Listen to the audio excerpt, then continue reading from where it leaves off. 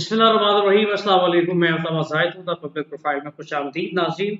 आज दो बड़ी अहम खबरें हैं। एक, जजेस को मशकूक ख़त मिले हैं और इन ख़त में पाउडर पाया गया और थ्रेट्स ज़दा कुछ निशानात जो हैं वो बताए जा रहे हैं। इसके अलावा दूसरा, बुशरा बीबी ने, इमरान खान की अहलिया ने इल्ज़ाम आयद किया है कि उन्हें जेल में जहर दिए जाने का जो है वो उन्होंने खदशा जाहिर किया। उनका कहना है कि इससे पहले शहद के अंदर उन्हें जहर दिया गया, उसके बाद अब हार्पिक के कतरे उनके खाने में मिला दिए गए, जिसकी वजह से उनकी तबीयत नासाज है। इस तमाम तर सूरत पे बात कर लेते हैं। चौधरी हसन अदील साहब, इमरान खान के वकील, हमारे साथ मौजूद हैं। चौधरी साहब, जो बुशरा बीबी ने इल्ज़ाम आयद किया कि उनके खाने में हार्पिक के कतरे मिला दिए गए हैं, इस हवाले से इंतजामिया इन बयानात को कितना सीरियस ले रही है और पाकिस्तान तहरीक इंसाफ का इन बयानात को लेकर क्या लाएअमल है? देखिए, बुशरा बीबी के इस तरह के खतरात जो हैं वो पहले भी हमें आगाह कर चुकी हैं, मगर इस पर कोई एक्शन नहीं लिया जाता। वो बार बार कंप्लेन कर रही हैं, बार बार शिकायत कर रही हैं, मगर कोई भी इंतजामिया में से इस चीज को सीरियसली नहीं ले रहा और इसके सद्देबाब के लिए कोई एक इकदाम भी अभी तक नहीं उठाया गया। कोई ऐसी मीटिंग रिकॉर्ड पर नहीं है जो बुशरा अच्छा, बीबी कहा इस ये बात को लेकर की गई हो। जी जी। हाँ, हाँ।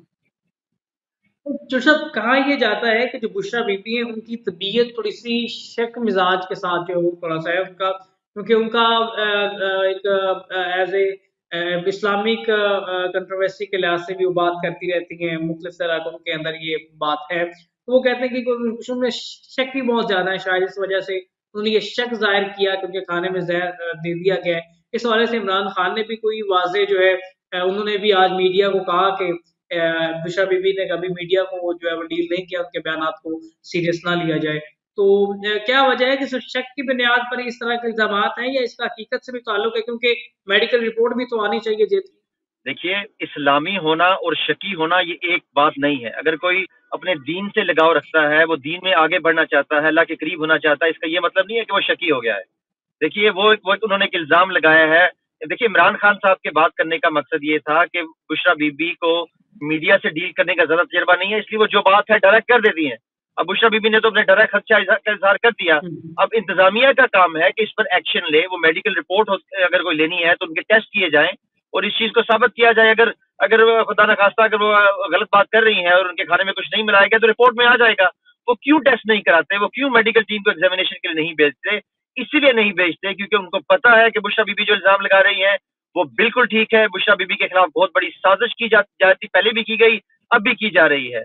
वो ये जानते हैं कि बुशरा बीबी भी इमरान खान साहब के लिए चट्टान की तरह बनकर खड़ी हैं और बुशरा बीबी को कोई अगर कुछ हुआ, उनकी सेहत को कुछ खराबी आती है तो शायद इमरान खान साहब कमजोर पड़ जाएं। ये वो चाल है जो वो चल रहे हैं। सिंपल सा काम है। आप शक्को शबूक को छोड़िए, आप दीनी होने को छोड़िए, आप मेडिकल टीम लीजिए, एग्जामिन करवा लीजिए और इसकी रिपोर्ट आवाम के सामने रख दीजिए। दूध का दूध और पानी का पानी हो जाएगा। मगर ऐसा वो नहीं करे और ना ही वो ऐसा करेंगे, क्योंकि ये सारी साजिश मैंने आपको बता दिया इमरान खान साहब को तो कमजोर करने मेडिकल के लिए रिपोर्ट है। तो की गई है, मगर मैं इन लोगों मेडिकल को मैसेज रिपोर्ट तो देता की हूं कि गई है। खान अब साहब ऐसे ओछे इमरान चंदों से ना, पहले इमरान कभी खान हार ने ये माने कह थे ना दिया। अब हार मानेंगे। उनके हौसले पहले भी बुलंद थे और अब भी बुलंद हैं। जो शख्स जेल में को इबादत समझ कर बैठा हुआ है, जो हमारे मुस्तकबिल के लिए, पाकिस्तान के लिए उसने एक स्टांस लिया हुआ है, एक बड़ा मजबूत स्टैंड लिया हुआ है, उसी स्टैंड की ताकत को आगे लेकर जजेस भी सामने आ रहे हैं, अवाम भी सारी एक तरफ हो वो गई। तो ठीक है जी सर जी। साहब, वो तो वो आपकी बात ठीक है, लेकिन मसला ये है कि जो मेडिकल रिपोर्ट की गई है उस पर इमरान खान ने अदम एतमाद का इजहार कर दिया। तो किस तरह की मेडिकल रिपोर्ट चाहते हैं? अब शौकत खानम से तो रिपोर्ट निकल नहीं सकते ना, जो जेल का इंतजामिया वही रिपोर्ट करेगी। देखिए, अगर खाने में कुछ मिलाया गया, वो जो वो कतरे जो मिला रहे हैं उसका टेस्ट कोई और है। अब आप दिल का टेस्ट करके कहेंगे आपके जोड़ों में दर्द नहीं है, तो ये तो कोई बात नहीं है। जो उसका रेलेवेंट टेस्ट है वो नहीं किए गए। वो जनरल उनके मेडिकल टेस्ट होते हैं जिनमें उनकी रिपोर्ट ठीक आती है। देखिए, अगर आपके जिगर में कोई मसला है तो वो दिल का टेस्ट करने से तो नहीं आएगा। तो जो उसके रेलिवेंट टेस्ट, इनके इल्जाम के मुताबिक रेलिवेंट टीम वहां पर मेडिकल भेज के टेस्ट कराने चाहिए, जो अभी तक नहीं किए गए। ना करने के लिए कोई इकदाम उठाया गया, ना इन शकूक शुबात को लेके जो कोई मेडिकल टीम बिठाई गई, कोई बोर्ड बिठाया गया, ना इंतजामिया की तरफ से कोई एक्शन किया गया और ना उनको कोई करने का आगे इरादा नजर आ रहा है। जी जी। अच्छा चोर साहब, जो जजेस के खतूत का मामला आया, इस पर भी एक पाकिस्तान तरीके इंसाफ का जो लायर विंग है अच्छी एक गेम कर सकता था इस हवाले से। लेकिन अभी तक कोई मौसर तौर पे कुछ कदम जो है वो इस वाले से नहीं आया। अब की आज फिर एक नवा पेंडोरा बॉक्स खुल गया। जजेस को जो खत मसूल हुए उनमें पाउडर मिला हुआ है मशकूक जो है, और उसमें कहा यह जा रहा है कि उसमें कुछ निशानात भी ऐसे जो थ्रेट्स दे रहे हैं। तो अभी तक पाकिस्तान तहरीक इंसाफ की लॉयर विंग जो है उनका इस हवाले से क्या इकदाम?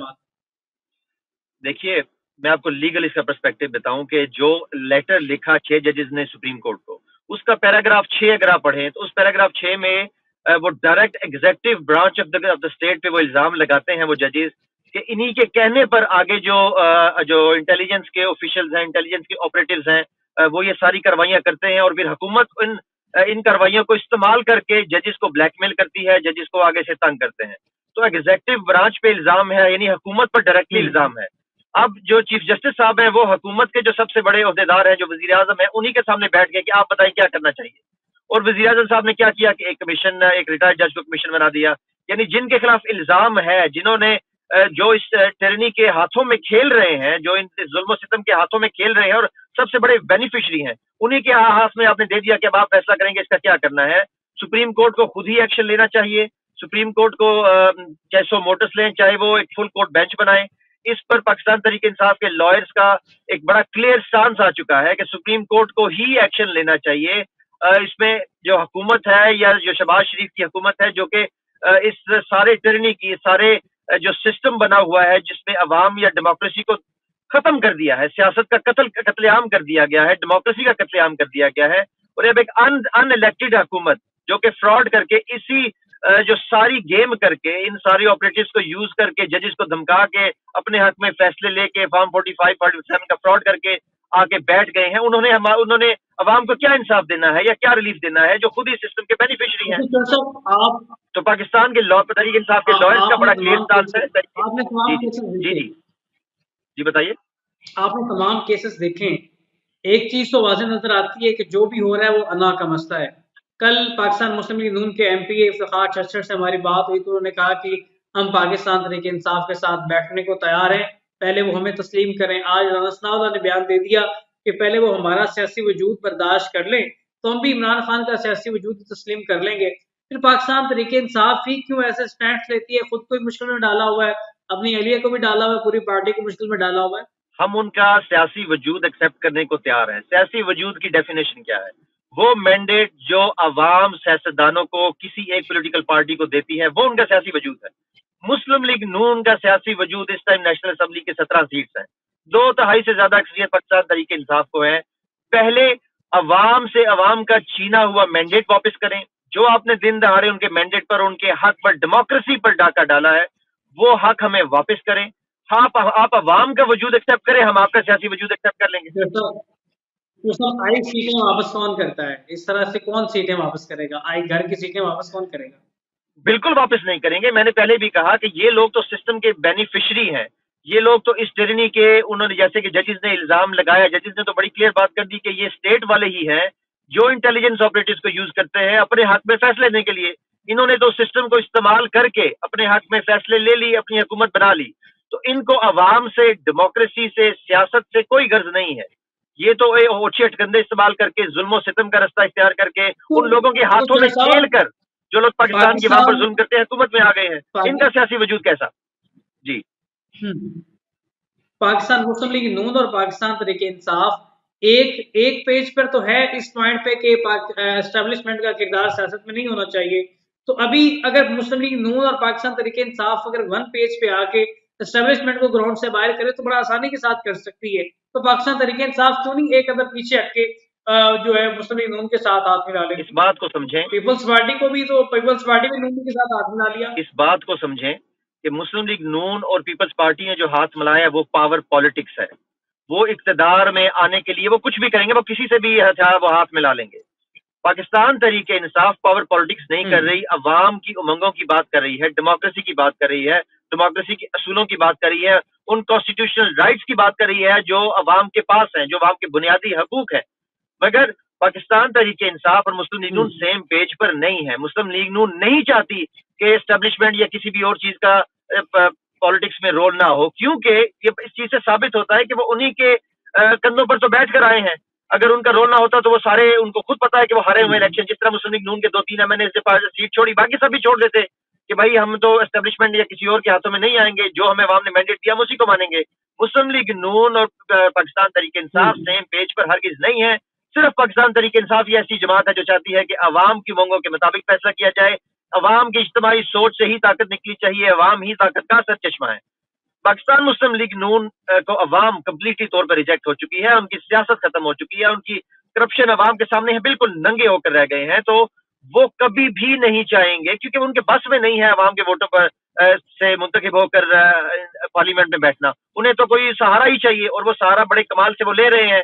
और वो कैसे आप कह सकते हैं कि वो ये नहीं चाहते कि एस्टेब्लिशमेंट या किसी और ऐसी ताकत का जोर सियासत में ना हो? वो बिल्कुल चाहते हैं और इस चीज ख्वाजा को आसिफ एंजॉय कर साहब रहे हैं वो। इस चीज का इजहार कर चुके जी हैं। जी। राना सनाउल्लाह ने भी कल एक इंटरव्यू में इस बात का इजहार किया है, ख्वाजा आसिफ साहब ने भी किया है। और राना सनाउल्लाह ने साफ जाहिर किया कि हम इमरान खान के, पहले तो राना सनाउल्लाह का ये बयान था कि या इमरान खान रहेगा या हम रहेगा।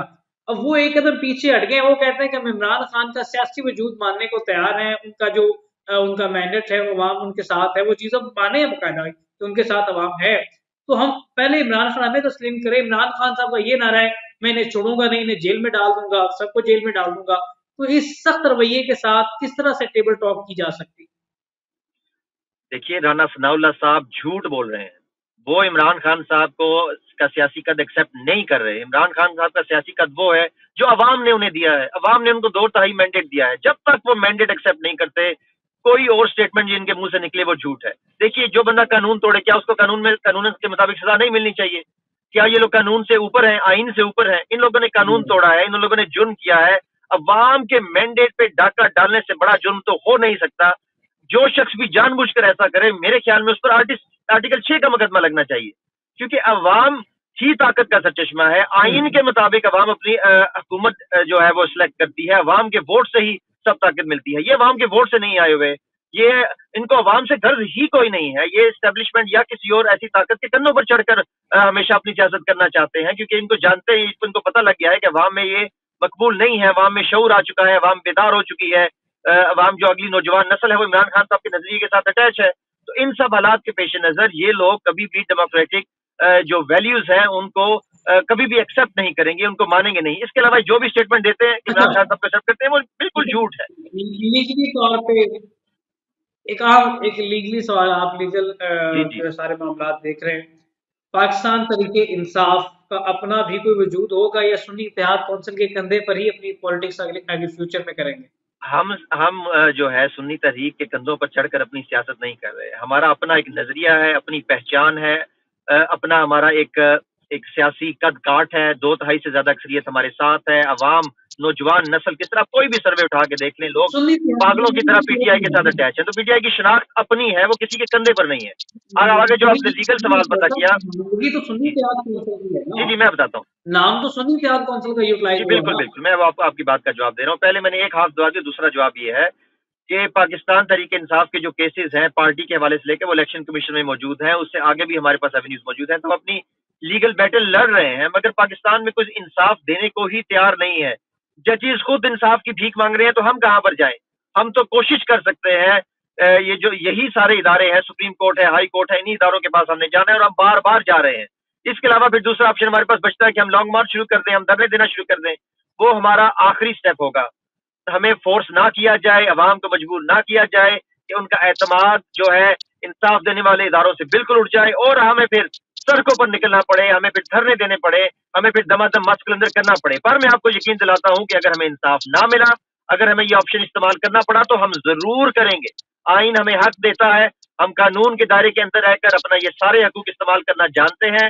पर ये लोग उस वक्त से डरें जब पाकिस्तान की 24 करोड़ अवाम सड़कों पर आ जाए और पाकिस्तान पूरा बंद हो जाए, हर जगह पर धरने दिए जाए, हर जगह पर लॉन्ग मार्च किए जाए। कानून के अंदर रहकर, पुरअमन रहकर हम अपना ये एहतजाज का हक रखते हैं, और हम इंशाअल्लाह अगर हमें अच्छा, अदालतों से इंसाफ न मिला तो हम ऐसा जरूर करेंगे। जी। अच्छा, मौजूदा सेटअप के साथ एस्टेब्लिशमेंट के ताल्लुकात के अंदर कोई दरार की खबरें गर्दिश में है, इसका कोई हकीकत से ताल्लुक भी है या सिर्फ सियासी बयानिया के तौर पे देख सकते हैं? देखिए, एस्टेब्लिशमेंट पाकिस्तान का एक बहुत अहम इदारा है। एस्टेब्लिशमेंट के बगैर पाकिस्तान एक दिन भी सर्वाइव नहीं कर सकता। तो एस्टेब्लिशमेंट और तमाम दीगर इदारों को पाकिस्तान की तरक्की के लिए सेम पेज पर होना ही है। इसके बगैर कोई रास्ता ही नहीं है कि हम तरक्की कर सके, हम पीछे से पीछे जाते रहेंगे। सब इदारे हम हमारा फख्र है, पाकिस्तान की फौज हमारा फख्र है। उधर देखें बॉर्डर्स पर रोज रोज शहीदों की लाइन लग रही है, हमें उनकी कदर है, हमें वो हमारे सरों का ताज है। पाकिस्तान के सब इदारों को अपना अपना रोल समझकर, जो उन्होंने आइन के अंदर उनका रोल है, उस आइन के रोल तो के अंदर पाकिस्तान रहकर की सबको टकराव मिलकर आगे की बढ़ना है। पाकिस्तान तरीके इंसाफ में टकराव वाली सियासत थी, बयानियां बदल गई पाकिस्तान तरीके इंसाफ। इससे पहले तो एस्टेब्लिशमेंट के साथ टकराव वाला बयान थे, ये एस्टेब्लिशमेंट बात के साथ बिल टकराव कर मैं रहे इस थे। बात को तस्लीम ही नहीं करता कि पाकिस्तान तरीके इंसाफ का कभी ये बयानिया रहा है कि एस्टेब्लिशमेंट से टकराए या किसी और इदारे से टकराए। ये हमारे खिलाफ एक साजिश की गई। सर, हमारे एंटी जो एस्टेब्लिशमेंट बयानी के साथ ही आप आगे बढ़े थे, हमारे जो हमारी जो एंटी एस्टेब्लिशमेंट बयानी के साथ ही आपने ये इलेक्शन के अंदर कंटेस्ट हमारे किया। बिल्कुल ऐसा नहीं है। बिल्कुल हमारे जो सियासी मुखालफीन है उन्होंने हमारे खिलाफ ये साजिश के ली कि पाकिस्तान तरीके इंसाफ को और इदारों को आमने सामने लाकर खड़ा कर दिया। हम तो अपने हर जलसे, हर जगह पर पाक फौज या अपने दूसरे जो इदारे हैं उनके उनके हक में नारे लगवाते हैं। तो हम टकराव की सियासत ना कभी करते थे ना इमरान करते खान ने हैं। खुद बात की, हम इमरान सिर्फ खान ये ने कहा कहते कि हैं, जनरल बाजवा ने मेरी कमर में चूना हम घोंपा है। देखिए वो उन्होंने बाजवा साहब के बारे में बात की, एक शख्स के साथ उनके पर्सनल रिलेशनशिप थे और किसी ने उनके पीठ पर अगर जुड़ा खोपा, वो एक अलग बात है। उसका इदारों से पाकिस्तान की जो एज अ होल जो सिस्टम है, जो तमाम एग्जीक्यूटिव है, लेजिस्लेटिव है, यो बाकी ब्रांचेस ऑफ द स्टेट है, उनसे इसका कोई ताल्लुक नहीं है। हम कभी भी ये नहीं चाहते कि टकराव हो। हम सब चाहते हैं कि सेम पेज पर पाकिस्तान की तरक्की सबसे जरूरी है। पाकिस्तान की अवाम जो महंगाई और बेरोजगारी में पिस रही है वो सबसे ज्यादा जरूरी है। उनके राइट्स के लिए, उनको कुछ हौसला देने के लिए, कुछ रिलीफ देने के लिए सबको सेम पेज पर होना है। पर शर्त यह है कि सब अपने अपने जो आइन ने उनको रोल दिया है उसके अंदर रहकर काम करें। जी मेरे भाई। चलें, अच्छा आखिर में सिर्फ ये बता दें कि इमरान खान की रिहाई की कोई फाइनल डेट भी है?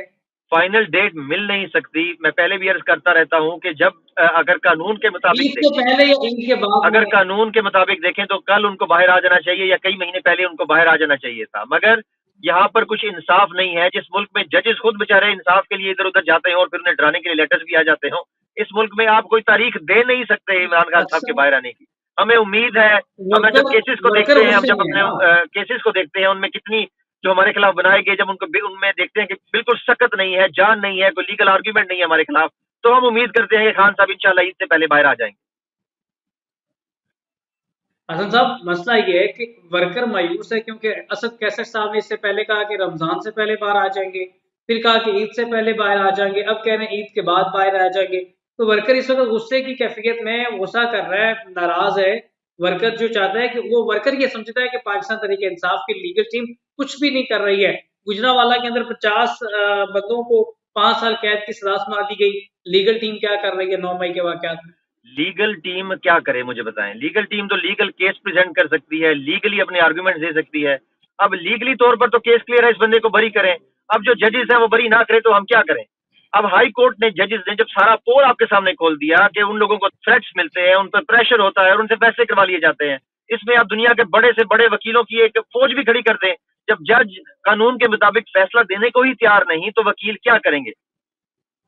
जी बिल्कुल, ये तो लम्हा फिक्रिया है। ठीक है चौधरी साहब, बेहद शुक्रिया, आपने हमारे प्रोग्राम के लिए वक्त दिया। आज जजेस को मशकूक खत जो मसूल हुए हैं, उस हवाले से इंक्वायरी कमेटी जो है वो बना दी गई है। इससे पहले हसन अयूब ने कहा कि मुश्किलात में जजेस की इजाफा होगा। अभी ये चंद शख्सियात में से हैं जिनको फीड किया जाता है मखसूस जराए से। तो मखसूस जराए से ये खबर इन्होंने कहा कि उनकी मुश्किलात में इजाफा होगा। तो जजेस की मुश्किलात में अब इजाफा होता वाज़े नजर आ रहा है। उनके जो थ्रेट्स दिए गए हैं इनको भी सीरियस लिया जाना चाहिए।